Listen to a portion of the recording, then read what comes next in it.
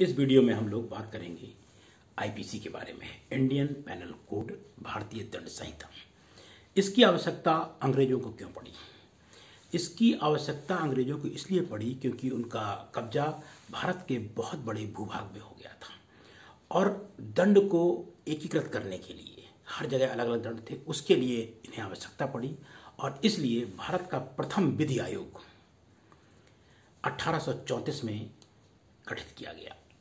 प्रथम विधि आयोग के अध्यक्ष कौन थे? लॉर्ड मैकाले, और इनके साथ 3 सदस्य और थे। कौन कौन? मैकलियोड, मिलेट और एंडरसन।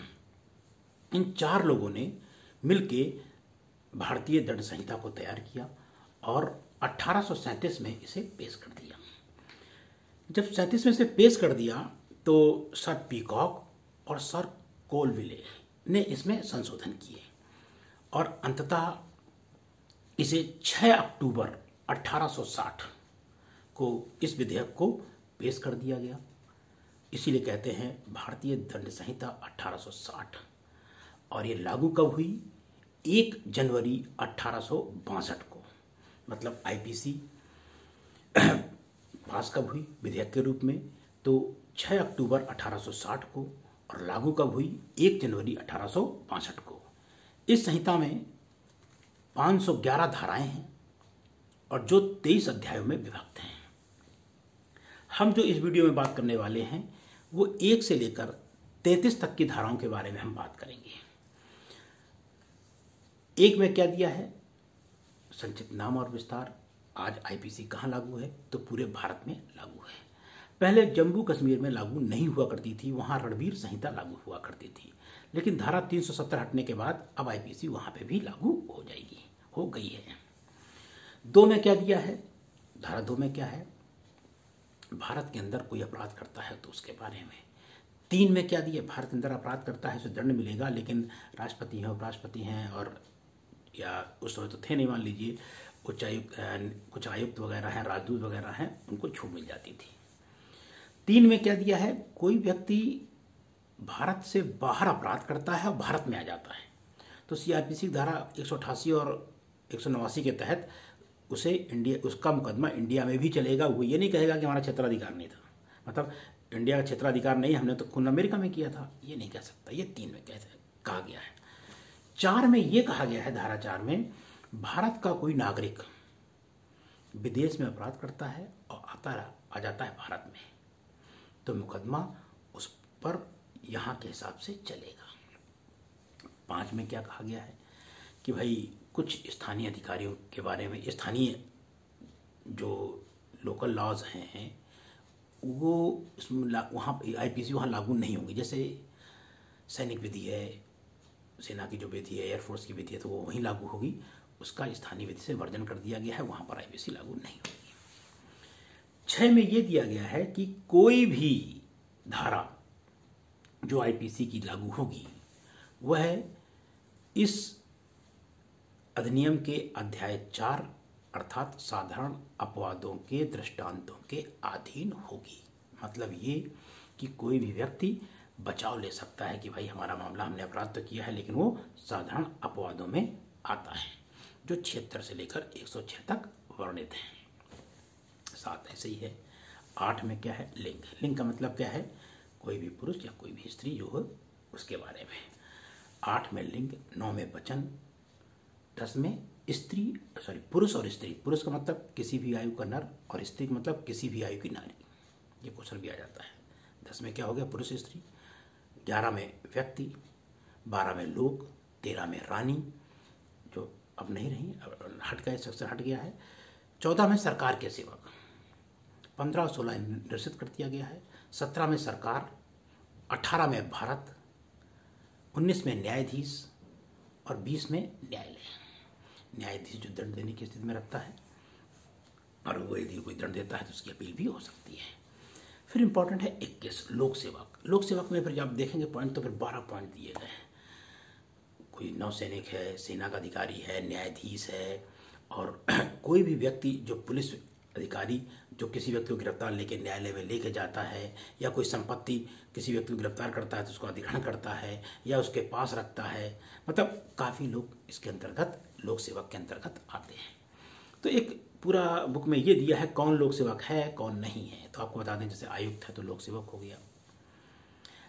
बजरंग वाला केस है बनाम राजस्थान वाला, उसमें खलासी रेलवे का वो भी लोक सेवक हो गया। फिल्म सेंसर बोर्ड के चेयरमैन वो लोक सेवक में श्रेणी में आएगा। बीमा का प्रबंधक वो लोक श्रेणी के श्रेणी में आएगा। वायुसेना का सहायक वो लोक सेवक आएगा। रेलवे के प्राइमरी के टीचर वो लोक सेवक में आएगा। MP लोक सेवक में आएगा। राष्ट्रीयकृत बीमा कंपनियों के कर्मचारी वो लोक सेवक में आएंगे। एक सेना का अधिकारी था, रिटायर हो गया, फिर उसे बुला लिया गया है, तो जिस समय वो काम कर रहा है वो लोक सेवक में आएगा। तो क्या कौन नहीं आएगा? ऐसा धनोवा एक वाद है कि एक IAS अधिकारी है, उसे डिप्टेशन में कोऑपरेटिव सोसाइटी में भेज दिया गया, कहीं अलग प्रतिनियुक्ति दे दी गई। मतलब एक IAS अधिकारी को कहीं प्रतिनियुक्ति पर डिप्टेशन पर भेज दिया गया। जब वो डिप्टेशन पर भेजा गया है ना, तब वो लोक सेवक नहीं है। रेलवे का टीचर रेलवे में प्राइमरी टीचर लोक सेवक है, लेकिन इनविजिलेटर जो परीक्षक नियंत्रण कंट्रोल है वो लोक सेवक में नहीं आता है। MP लोक सेवक है, लेकिन MLA विधायक लोक सेवक की श्रेणी में नहीं आते हैं। यह अरंतले वाला वाद है। फिर संतानम कमेटी ने बताया कि भाई MLA लोक सेवक नहीं है, लेकिन हाँ यदि MLA मंत्री बन जाता है तो लोक सेवक की श्रेणी में आ जाएगा। ठीक, कोऑपरेटिव सोसाइटी कोई मंत्री हो, अधिकारी हो, कर्मचारी हो, कोई भी लोक सेवक की श्रेणी में नहीं आएगा। तो कहने मतलब है कौन लोक सेवक है कौन नहीं है, इसमें पूरा 21 में वर्णन दिया है। 22 में क्या दे दिया गया है? जंगम संपत्ति। जंगम मतलब जल संपत्ति। 23 में सदोष लाभ सदोष हानि। अब इसको जरा समझ लीजिए। सदोष लाभ एक ऐसा व्यक्ति जिससे जो लाभ का हकदार नहीं था उसने लाभ प्राप्त किया, और सदोष हानि ऐसे व्यक्ति को हानि हो गई जो हानि का हकदार नहीं था। एक उदाहरण ले लेते हैं आपको। एक डाकिये के पास हमने भेजा कि आप मनी ऑर्डर चलता था, मनी ऑर्डर कि आप उनको 2000 रुपये दे दीजिए गांव में जाके। अब यहाँ से हमने डाक खाने में पैसा जमा किया जाता है, और फिर उस डाक खाने से पैसा किसी भी तरह उस गांव में जो एड्रेस नोट कराते हैं वहाँ पहुँचता है। वो पैसा डाकिया लेके जाया करता था, 2000 रुपये लेके जा रहा था। लेकिन डाकिया को क्या करना चाहिए था? जिसको पैसा देना है, जिसका नाम भरने थे, उससे साइन कराए और 2000 रुपये उसको दे दे। और डाकिया ने क्या किया? 2000 जेब में रखे और खुद साइन उस आदमी के कर दिए। तो क्या डाकिया 2000 रुपये प्राप्त करने का अधिकारी था? ये सदोष लाभ उसने ले लिया गलत तरीके से। और हानि किसको हो गई? जिसको पैसे मिलने थे। ये पढ़ने थे 23 में, सदोष लाभ सदोष हानि। 24 में क्या है भाई? बेईमानी। बेईमानी क्या है?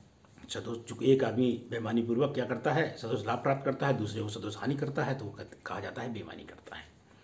बेईमानी। फिर 24 में बेईमानी। 25 में कपट। कपट की परिभाषा वही रहेगी सदैव जो भारतीय संविदा अधिनियम 17 में दी गई है। भारतीय संविदा अधिनियम 17 में, IPC में 25 में और TP एक्ट में 53 में।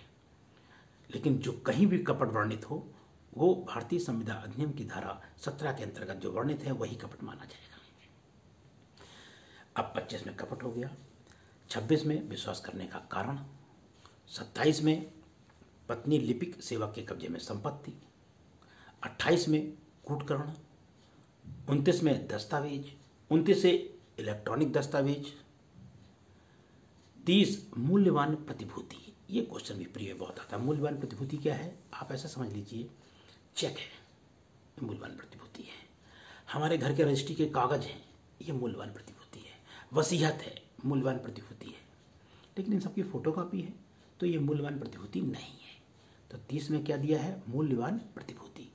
31 में क्या वर्णित है? बिल, वसीयत। 33 में अवैध लोभ, 32 में अवैध लोभ, 33 में कार्य लोभ।